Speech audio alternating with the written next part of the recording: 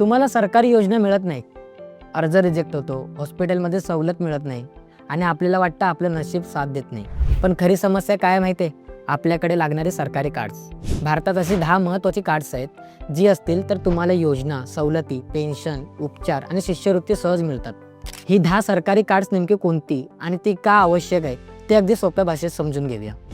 नमस्कार मित्रांनो, मी रोहन टिटकरे आणि तुम्ही पाहतात महामनी सोशल.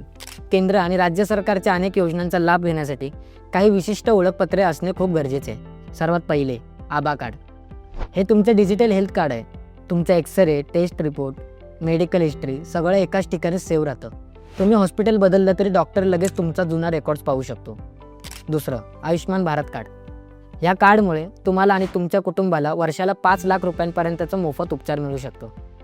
तिसरं फार्मर ID कार्ड. शेतकऱ्यांसाठी हे नवीन कार्ड आहे आणि भविष्यातील शेती योजनांसाठी ते अत्यंत महत्त्वाचं होणार आहे. चौथं स्मार्ट रेशन कार्ड. आता रेशन कार्ड मोबाईलमध्ये डिजिटल मिळतं. मेरा रेशन ॲपवरून तुम्ही ते थेट डाउनलोड करू शकता. पाचवं श्रमयोगी मानधन कार्ड. 18 ते 40 वयोगटातील लोकांसाठी पेन्शन योजना. 60 वर्षानंतर दरमहा 3000 रुपये पेन्शन मिळते. सहावं अपार ID. विद्यार्थ्यांसाठी खूप महत्त्वाचं. पहिलीपासून ते ग्रॅज्युएशनपर्यंतचे सर्व मार्क्सशीट डिजिटल स्वरूपात सेव्ह राहतात.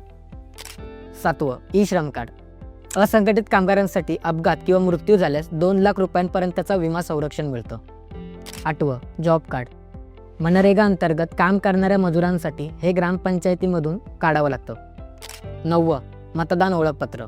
18 वर्ष पूर्ण झाल्यावर प्रत्येकाने काढायलाच हवं. हे तुमचं सर्वात महत्त्वाचं नागरिकत्व ओळखपत्र आहे. 10वं किसान क्रेडिट कार्ड. शेतकऱ्यांना कमी व्याजावर कर्ज मिळवण्यासाठी हे कार्ड बँकेतून काढावं लागतं. मित्रांनो, ह्या कार्ड्समुळे तुमचे सरकारी काम खूप सोपे होतात आणि अनेक फायदे मिळतात जे अनेकांना माहीतच नाही. व्हिडिओ उपयोगी वाटला असेल तर लाईक करा आणि ही माहिती नक्की शेअर करा. आणि अशाच सोप्या भाषेत सरकारी माहिती हवी असेल तर महामनी सोशलला सबस्क्राईब करायला विसरू नका. धन्यवाद.